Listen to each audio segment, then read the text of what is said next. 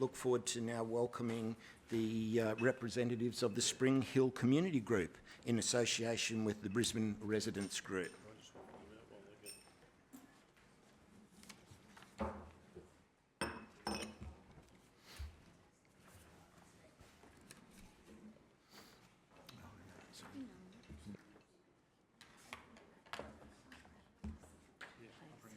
Thank you.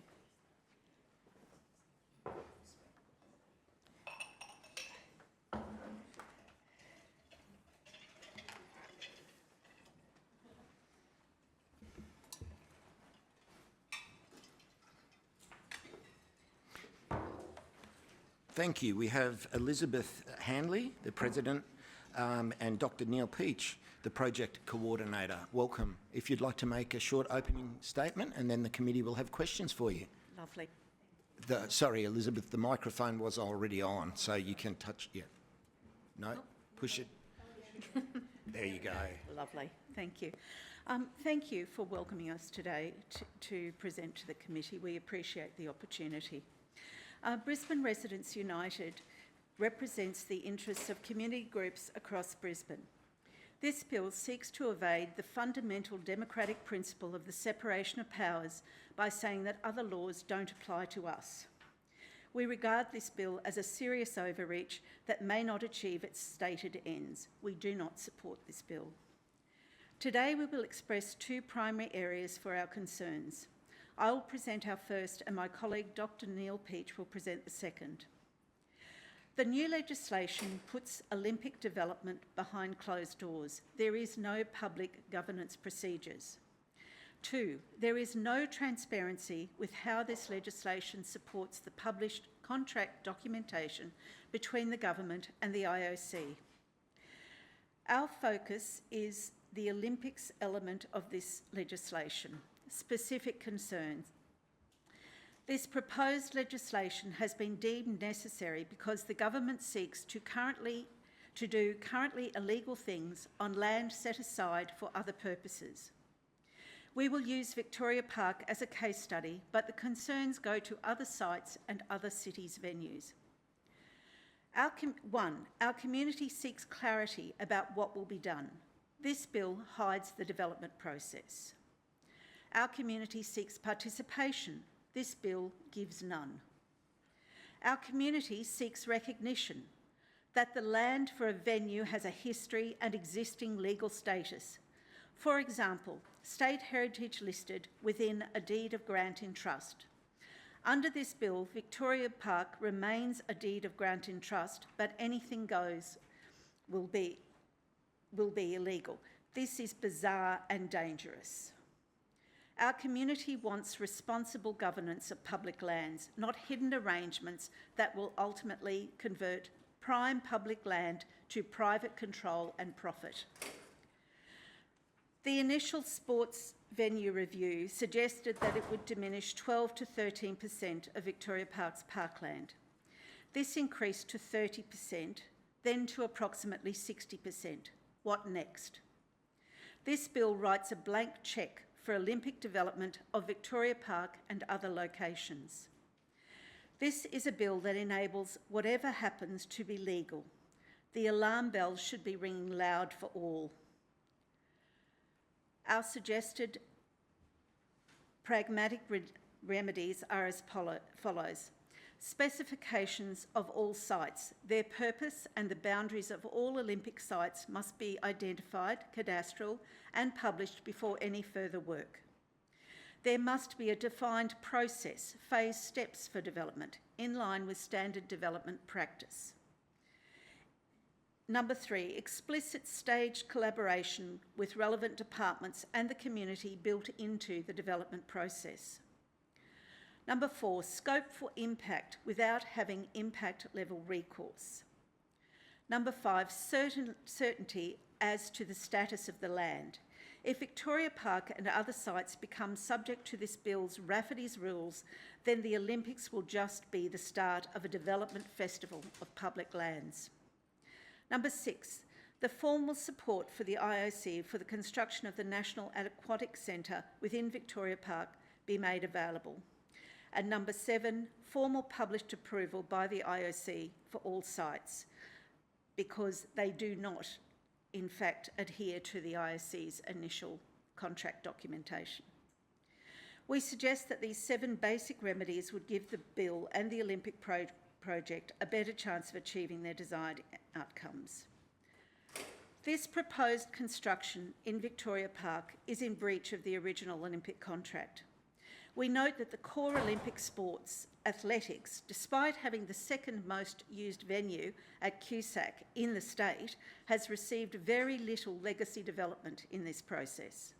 Yet cricket and AFL, neither of which are core Olympic sports, will profit handsomely. The decision that spectator sports are more important than participant sports has clearly been made. Is the Olympic legacy we want for Queensland that our government chose unbridled development for the Property Council and other special interests over preservation of our community assets? This poorly constructed bill sets a dangerous precedent and should not proceed. Thank you. Dr. Peach, do you have an opening statement you'd like to make? Thank you. Mine will be very brief, and it deals with that second issue. There is no transparency with how this legislation supports the published contract documentation. So our concerns is that this legislation will slow and confuse the development process. It will increase the likelihood of cost overruns. It excludes stakeholders and the community from knowing and participating in what is happening. It obscures critical elements of the contract between Queensland and the IOC, and it creates uncertainty as to who is responsible for what. The reasons we have these concerns is that the legislation depends on a set of hierarchies: the GLG, the OCOG, the GIICA, the state departments, local governments and distributor retailers. In the absence of clear lines of delegation, many hands make for confusion. Secondly, there are at least 6 key contractual obligations ignored by this bill. Thirdly, there are no checks and balances at play that can interrupt a bad decision reverberating through the implementation. 4, the legislation may make legal what action is taken by GIICA or distributor retailers, but it doesn't take away the existing obligations of those responsible for the subject land. And this goes to portfolio ministers in the Queensland Government as well as local authorities, because the land apparently will retain its current legal and legislative status. So our conclusion is that based on the Olympic host contract operational requirements, October 2022 with addendum, there are 6 key areas where specific obligations are placed on the host regarding venue selection, cultural heritage, sustainability and legacy. We have categorised these under the following headings, and we see that there are clear obligations and the real potential for uncertainty and confusion if these are not covered in this legislation. Specifically, the 6 areas are venue selection and location, land associated with those venues, venue obligations, arrangements for cultural heritage sites, sustainability impact and legacy, and pre-election commitments. These obligations are not made clear in this legislation. The success of developments required for the Games will be doubtful if these matters are not dealt with now in the legislation. Thank you. Thanks, Dr. Peach. I'll go to the member for Cooper. Thank you, Chair. Thank you, Neil and Elizabeth, for coming in. Perhaps a question to you, Neil. The Deputy Premier has cited the timing of these Olympics as one of the justifications for this bill to expedite developments. You're a heritage architect and you've looked at similar Olympic sites and host cities. Do you see a world in which the government could still introduce a planning framework that would be transparent, that would allow for consultation, consideration of key issues like environmental and cultural and heritage impacts, and still get these stadiums approved on time and on budget. Thank you. Yes, I think that's a really important point. The suggestion is that the legislation is required for timing. Even in an impact accessible development, the time for community consultation is a matter of 3, 4, 5 weeks. The issues aren't about timing here, they're about illegality. And the status of the land being part of it cultural heritage, part of it Aboriginal cultural heritage, and all of it deed of grant in trust, comes with a whole lot of baggage. And what this legislation doesn't do is remove that status. It simply makes what GICA does legal.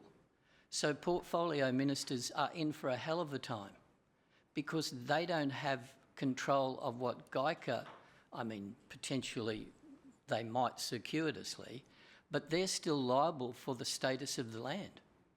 And the contract requires that, and the legislation appears to be framed on that basis.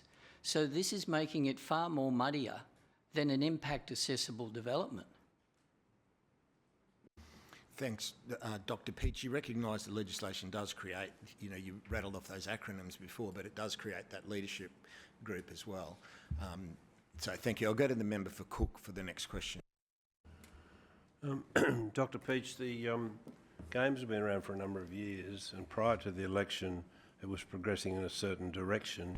Are you confident, had that direction continued on until 2032, that none of these issues would have arisen? They've only arisen as a result of this proposed legislation? I know lots of stuff, but I can't conject about what might have been. Really, I suppose we can only deal with what we've been presented, and we are coming to you to try and present to you that this is not the best way of achieving timeliness. We can assure you there are more cracks in this than in the most contentious impact accessible development, and they're all over the place, and we've suggested, Elizabeth has suggested 8 changes, and in my paper I'm suggesting 6 changes. You need to look at this, or this is going to become a bugger's muddle.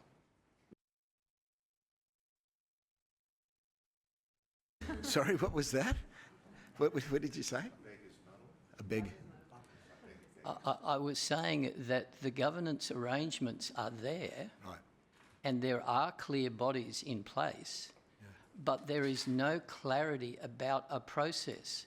So in effect, unlike an ordinary development or even a PDA or an MID, there is a structured development process, and we're suggesting in an open way, this needs to be considered for it to be open to a normal process.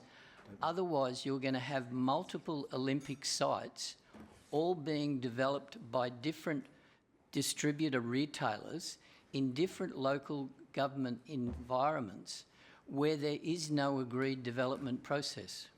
Yeah, thank you, Dr. Peach. There are certain parliamentary rules and some words that are unparliamentary. I just want to make sure you didn't say something that I had to get you to withdraw. Chair, but I'll go to the member. I'm sure he said beggars. Yes.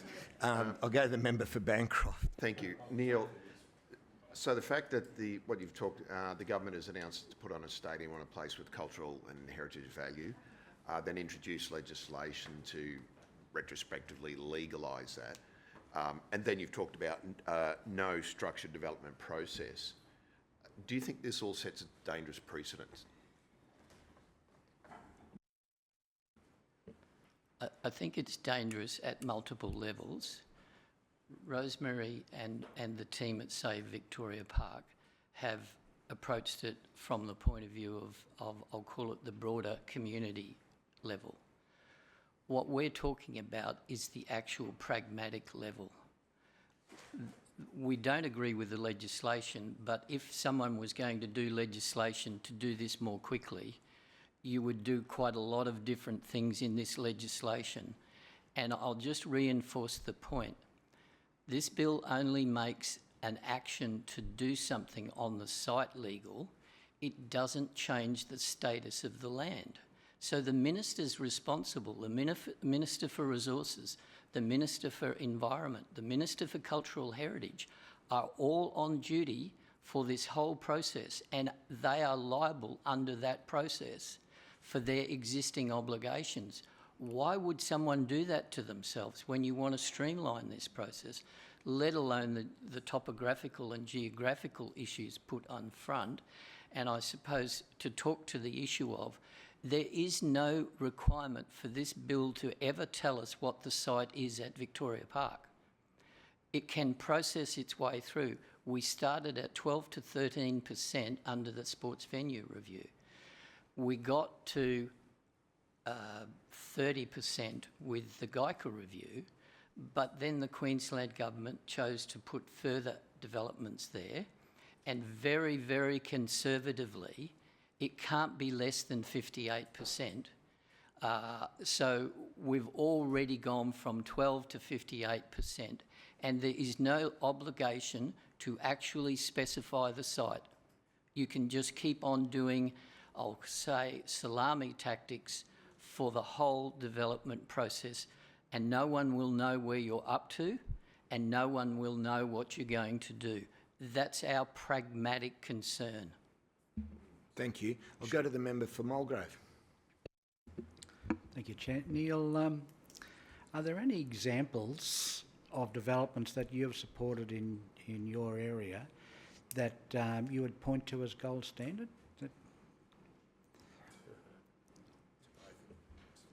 We have made contributions on multiple developments undertaken by Queensland governments over the last several years, including ministerial infrastructure designations, priority development areas, and everyone in the community understands what you're dealing with, and there is a predetermined approach where these things go through a process. We are very happy to participate, and that's the key word. Participation is about bringing people on board, not just obfuscating or slowing it down. And the danger in this is that no one will know what they should say or shouldn't say because there's no structure for anyone to know that. If you said the state government was going to do a PDA on this land, there's a Bible on it, and you can go and look at it and you can see what's going to happen. With this, you've got sites all over southeast Queensland and Queensland in different local government areas where there is no process and there is no checks and balances. So all of those governance bodies are going to have a hell of a job trying to work out where they're up to and who's done what to whom. It really is serious at a pragmatic level as well as an ethical and other levels. But I suppose I'm trying to convince you we're not trying to get in the way with these suggestions. These suggestions are about trying to reduce the damage. Thank you. I'll go to the member for Aspley. Thanks, Chair. Following on from, I'm not sure if you saw, but some of the questions of the Save Victoria Park group earlier, what's your understanding, you've put in a lot of work in your submission, and thanks for putting that in, Neil, on how much of the site would need to be used, and do you have any idea on how the transport links will possibly work on this site? What we do know is that because of the work we spent for a couple of years researching the heritage of the northern side, there are no urban services in Victoria Park. I mean, it's quite a unique piece of land in the sense that there are no water mains.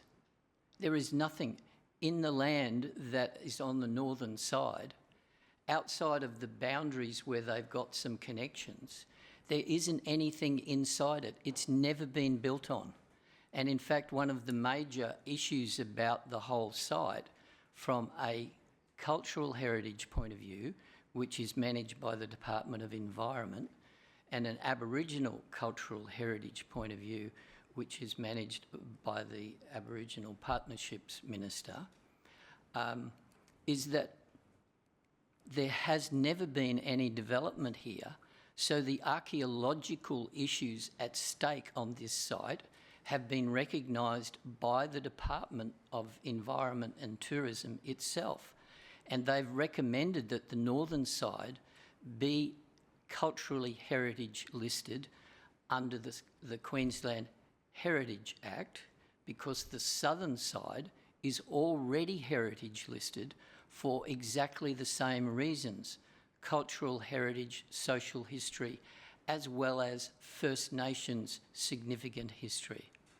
So from the point of view of that's a long introduction to you answering your question. This is not a Wembley Stadium where you can just build a stadium and everything is already connected. You've actually got to make all of the major arterial connections into this facility. So you've got to have probably at least one from the east, one from the west, and a major pedestrian access from the south. So this piece of land is going to be sliced and diced to the point where there may be X hectares if you add up that bit over there and that bit over there, but there isn't going to be what you would call a park that constitutes a park in the ordinary sense of the word. So our estimate is based on a comparative analysis across the world to the best of our endeavours. We've listened and looked at what the experts have said about transport, circulation and so on, and our estimate of 58% is extraordinarily conservative, and I'm happy to make that available with all of the background references if the committee would like to have a look at that report. I think that'd be useful if you're happy to present it here. We'd be happy to accept it. Thanks, Dr. Peach. We'll have a look at that and see if it meets with standing orders. Opportunity, you mentioned before, to do things more quickly, and obviously there would be processes that a government could do that, but we're not. We're actually putting in a bill and we're going through a public consultation process now. Now, with your expertise, I'd be interested to hear from you about, given there's no actual committed design for the Victoria Park and the stadiums, is there an opportunity to maximise the green space in any development and design there?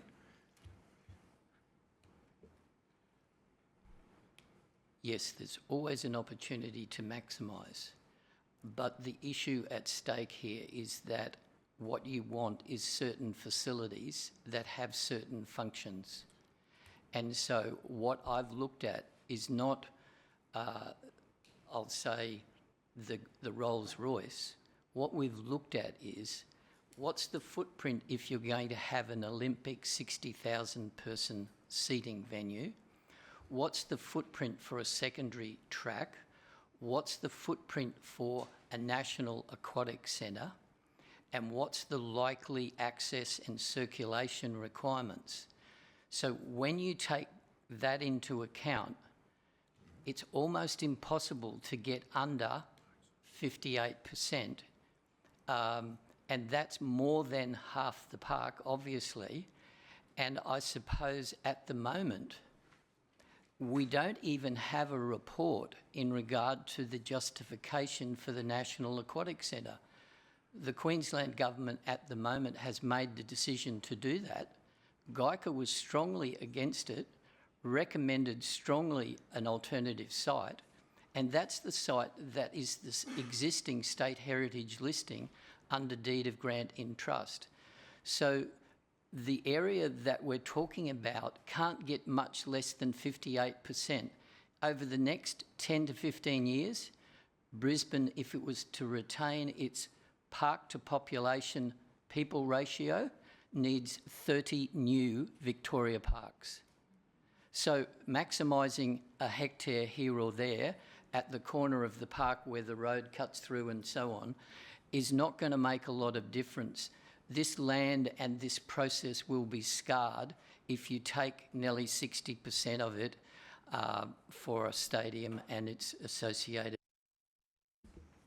Thank you very much. Just for your own awareness and maybe the awareness of the member for Aspley, on the Cross River Rail website there is provision for a 165 metre long platform with the ability to have 9 carriage trains on there, and I understand that's the design for a capacity for people for a stadium. But The member for Cooper. I think it's going to be much bigger than Yeah, how far away is that station, Chair? If we- a kilometre away. Thank you, Chair. Neil, just picking up on the question from the Chair, yes, you can offset green space. I imagine it's quite difficult to offset cultural and heritage value. However, that once that's gone, that's irreplaceable. I'd be interested in your views on that in the context of Victoria Park, but also if you've got any observations on what Brisbane and what Queensland stands to lose around that loss of cultural and heritage space, and maybe observations generally about cultural and heritage space degradation in Queensland. So, the status of the park at the moment is that the southern side is held under state heritage, cultural heritage listing. There is an area of First Nations cultural heritage listing. And on the northern side, on the 13th of June, the Queensland Heritage Council is hearing from me and others in regard to the department's recommendation for the cultural heritage listing of the whole of the northern side.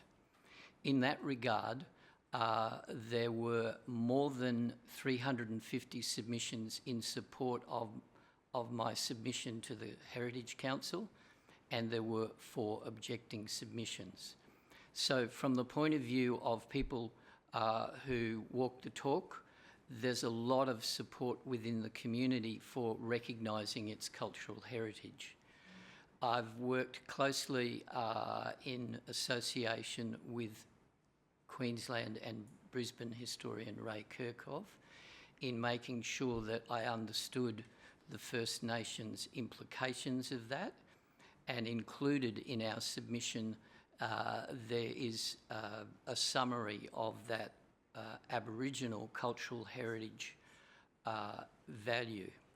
So from the point of view of, at the moment, the Department of Environment believes that the whole of the park meets the cultural heritage standards of the Queensland Heritage Register. That's a rigorous process. We had spent probably two to 3 years working on the submission that is now going through the process, and we believe that there are at least 4 and maybe 5 of the standards for state cultural heritage listing that are clearly met by the whole of the site.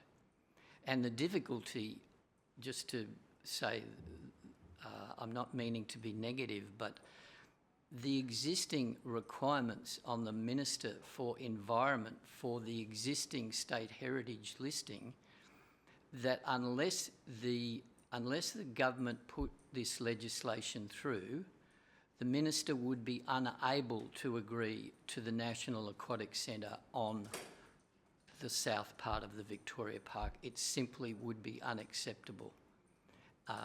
So I think that without going into the details, and it was 100 pages of detailed submission about all of the values intrinsic in the site, not only from 1824, but from a period of time prior to that, recognising the significance for the First Nations people.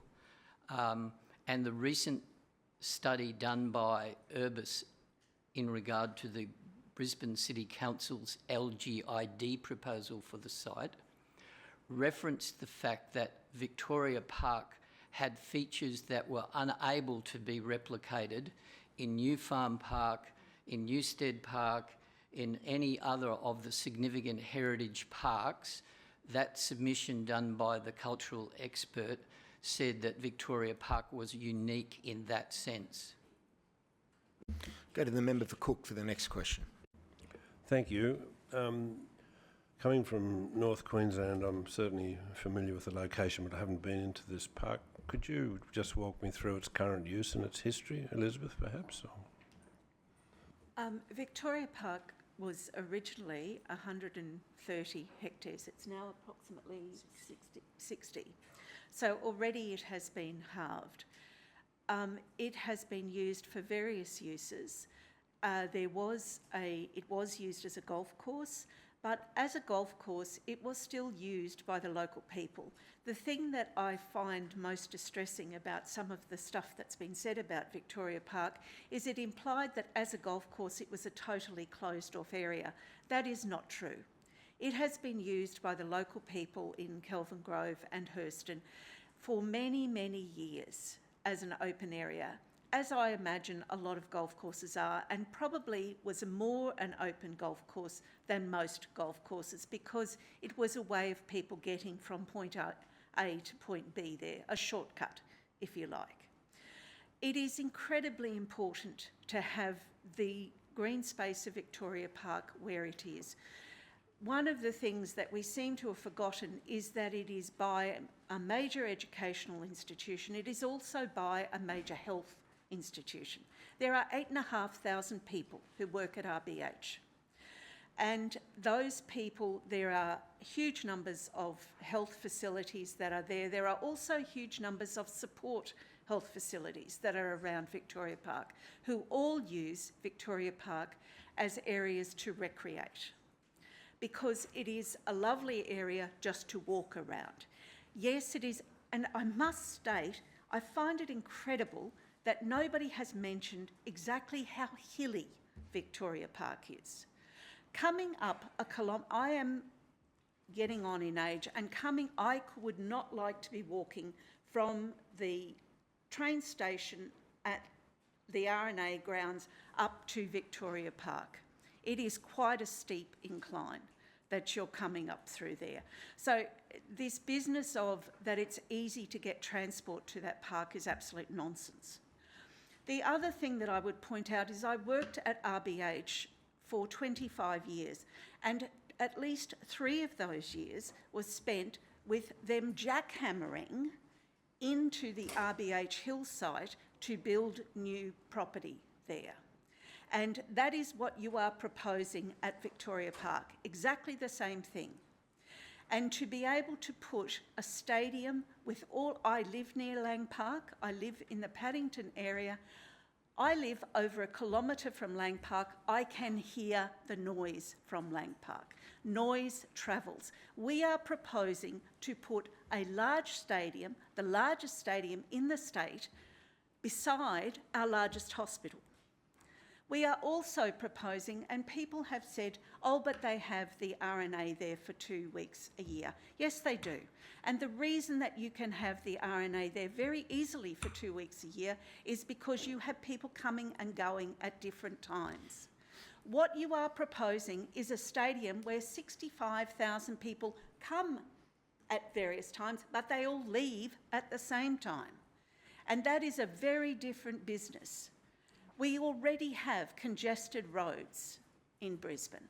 To suggest that you could put this type of development in a park close to our major hospital with absolutely no influence on what is going to happen in traffic in that area is sheer nonsense. The other thing I would like to point out is Suncorp. If you look at the size of the Suncorp Stadium, it is literally a city block. And it is huge, and it has around it a whole lot of other infrastructure. It has buses that go past. It has a train station that is near it. It has actually 2 train stations because you can come up from Milton or you can come up from Roma Street. That is not what we are proposing here. We are not saying that there are a whole lot of areas around it where people can recreate after an event. I am trying to explain to you that this is not the ideal place to be putting a stadium. In Thanks. fact, it's almost the worst space to put it. Just a quick follow-up though. Ultimately, there still will be open space available for people to use. There is open space. How much open space? We're already hearing that 60% of that open space, we started with 130. We are now down to 60. We are going to lose 60% of that. We are down to 20. And it will not be 20 in one area. It will be 20 over various areas, and it'll be broken up. Do you know, the question I ask you Elizabeth. is, sorry, I've just been to London. If I said to the people of London, let's put a stadium in Hyde Park, there would be rioting in the streets. That is what we are proposing to do. Thanks, Elizabeth. Dr. Peach, you offered to provide a research paper. I can't table that today because we don't have it, but if you could share that with the committee, we'll consider that at a future meeting. I'm happy to do that. Also, there is a full statement that I've made in regard to the heritage details of it. Whether that would be helpful to you or not, I'd be happy. We'll consider those at a future meeting. Thank you. Thank you. Thank you. I wish you well for the rest of the day.